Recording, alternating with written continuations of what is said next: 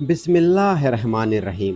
मोहतरम नाजरीन, एक नौजवान गांव से बाहर एक फैक्ट्री में मुलाजिमत करता था, तो लिहाजा उसे अपने गांव से निकलकर फैक्ट्री जाने के लिए कुछ सफ़र करना पड़ता था। ये किसी भी गाड़ी या सवारी का सहारा नहीं लिया करता था, बल्कि रोज़ाना पैदल ही अपने काम पर जाया करता था।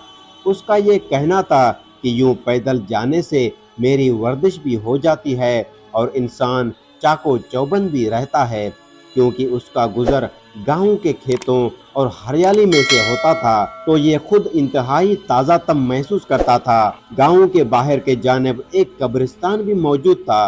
चुनाचा ये बाहर से गुजरते हुए अहले कबूर को सलाम भी किया करता था और उनके हक में दुआ भी किया करता था। लेकिन दोस्तों, पिछले 3 रोज से रोजाना की बुनियाद पर एक इंतहाई अजीब व गरीब वाक़या पेश आ रहा था, जो कि उसको समझ नहीं आ रहा था कि उस मामले की आखिर वजूहात क्या है, क्योंकि आज तक तो कभी ऐसा नहीं हुआ, क्योंकि उसको तकरीबन 10 साल का अरसा गुजर चुका था, क्योंकि वो रोजाना अपनी फैक्ट्री जाते हुए उस कब्रिस्तान से गुजरा करता था और शाम को फैक्ट्री से घर वापस आने पर भी उसी कब्रिस्तान से गुजरा करता था।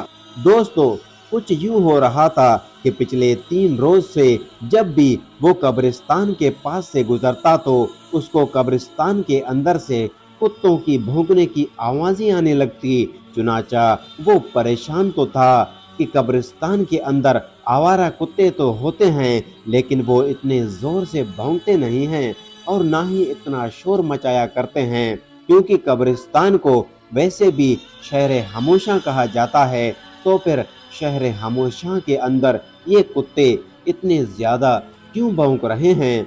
उसकी परेशानी रोज बरोज बढ़ती जा रही थी और अब मुसलसल 3 दिन गुजर चुके थे। चुनाचे उस नौजवान ने ये फैसला किया कि उस कब्रिस्तान में दाखिल होगा और देखेगा कि आखिर किस जगह पर ये कुत्ते भौंक रहे हैं और आखिर मसला क्या है। एक दिन जब वो वापस कब्रिस्तान के बाहर से गुजर रहा था, तो मामूल के मुताबिक कुत्ते भौंकने लगे।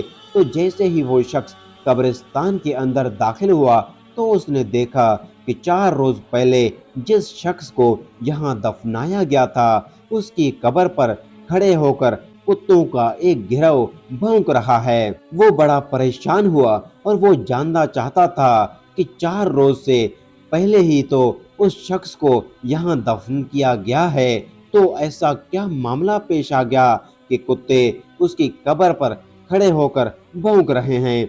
उसने ये फैसला किया कि आज शाम गांव जाकर बुजुर्गों की पंचायत में इस हवाले से बात करेगा और उन बुजुर्गों से बात करेगा कि आज से 4 रोज पहले जो शख्स इस दुनिया से चला गया था, उसकी कब्र पर गुज़िश्ता 3 रोज से कुत्ते भौंक रहे हैं। चुनाचा दोस्तों, वो शख्स अपने काम में फारिग होकर जब घर आता है, तो आकर तमाम अहवाल अपने घर वालों के साथ बयान कर देता है। तो उसके बाद दोस्तों, क्या कब्र खोला गया? अगर खोला गया तो उसके अंदर क्या मनाजिर देखे गए?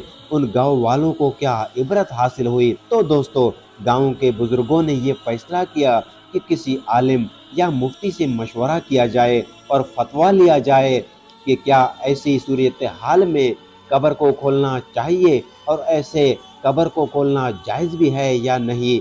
मौलवी साहिबान के अलावा उस घर वालों को भी इजाज़त ज़रूरी थी। तो तमाम बुजुर्ग उसके घर पहुँचे और वहाँ पहुँचकर सारा मुआजरा बयान किया कि इस तरह से पिछले 4 रोज से कुत्तों की भौंकने की आवाज़ें आ रही हैं, तो कब्र को खोल कर देखना चाहिए कि आखिर मुआजरा क्या है। उस शख्स के भाई ने कहा, अगर आपको खोल कर देखना है तो देख सकते हैं, हमारी तरफ से आपको इजाज़त है, अलबत्ता आपके साथ हम नहीं आएंगे। अकेले जाकर उसी कब्र कुशाई कर सकते हैं और देख सकते हैं कि अंदर क्या मामला पेश आ रहा है। बेज़ाहिर ये लोगों के लिए बड़ी हैरानगी की बात थी कि एक भाई अपने सगे भाई की कब्र कुशाई के मौके पर वहां मौजूद न होने के हवाले से कह रहा था। लोगों ने उस बात पर ज्यादा तवज्जो देने के बजाय ये सोचा کہ پہلے قبر کھول کر دیکھا جائے کہ ہو سکتا ہے وجوہات سامنے آ جائیں، اور یہ بھی ہو سکتا ہے کہ دونوں بھائیوں کے آپس میں انبن ہو، جس کے باعث اس نے ایسا بیان دیا ہے اور ایسی بات کی ہے۔ چنانچہ دوستو اس کے لواحقین تو قبرستان نہ گئے، لیکن اب گاؤں میں ایک بڑا ہجوم قبرستان میں موجود تھا اور کھدائی کا سامان بھی وہاں آ چکا تھا۔ لہٰذا اب یہ فیصلہ کیا گیا کہ قبر کشائی کی جائے۔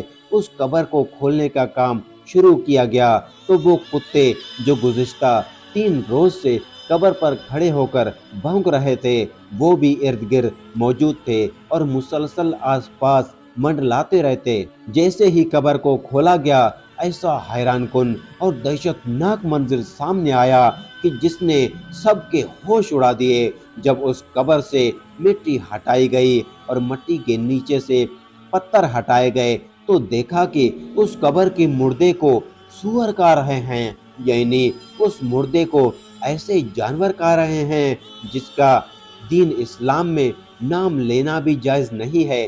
تو یہ منظر دیکھ کر وہاں پہ موجود تمام لوگوں کی چیخیں نکل گئی اور لوگ فوراً اپنے گھروں کو واپس بھاگ گئے۔ چنانچہ لوگوں نے اسی بات میں عافیت جانی کہ اس کی قبر کو جتنی جلدی ہو سکے بند کیا جائے، لیکن سوال یہ تھا کہ اس شخص نے ایسا کیا گناہ کیا تھا کہ اس کو ایسے قبر میں سزا دی جا رہی تھی۔ اب دوبارہ اہل علاقہ اور اہل گاؤں اکٹھے ہوئے اور اس شخص کے گھر پر دوبارہ گئے، دستک دیے اور سوال کیا، تمہارے بھائی نے آخر ایسا کیا کیا تھا کہ جس کے باعث اس پر اتنا سخت عذاب نازل ہوا ہے کہ اس کے مرنے کے بعد صرف 3 دن کے اندر ہی اس کو سور کھا رہے ہیں اور اس کے قبر پر کتے کھڑے ہو کر بھونک رہے ہیں۔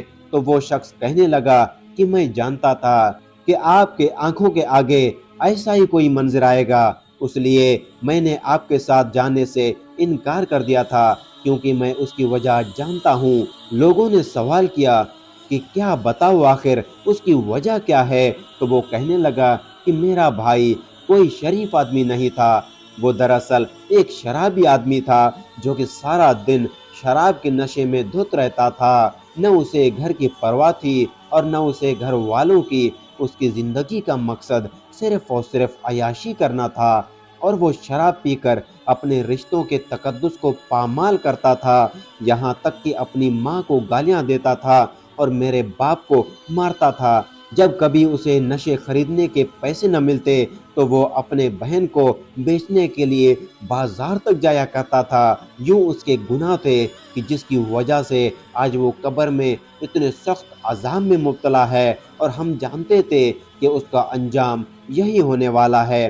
تو دوستو اس کے واقعے کے بعد آپ کو اس بات کا اعتراف ہو چکا ہوگا کہ شراب نوشی اور دیگر نشے کتنے برے ہیں کہ انسان دنیا میں اس طرح سے کرتا ہے تو مرنے کے بعد اس طرح کے عذاب میں مبتلا ہوتا ہے۔ اس واقعے سے ہمیں پتہ چلتا ہے کہ دین اسلام میں شراب نوشی کو کیوں حرام قرار دیا ہے، اس سے کیوں اتنا دور رہنے کا حکم دیا ہے۔ اسلام میں کہا گیا ہے کہ جو شخص حالت نشہ میں ہو 40 روز تک اس کی نماز قبول نہیں ہوتی، تو اس سے اندازہ لگا لیجئے کہ یہ نشہ کس قدر مہلک ہے۔ تو دوستو اللہ تعالی ہمیں اپنی ناراضگی سے اور اس نشے اور اس عذاب سے اپنی پناہ میں رکھے، آمین ثم آمین۔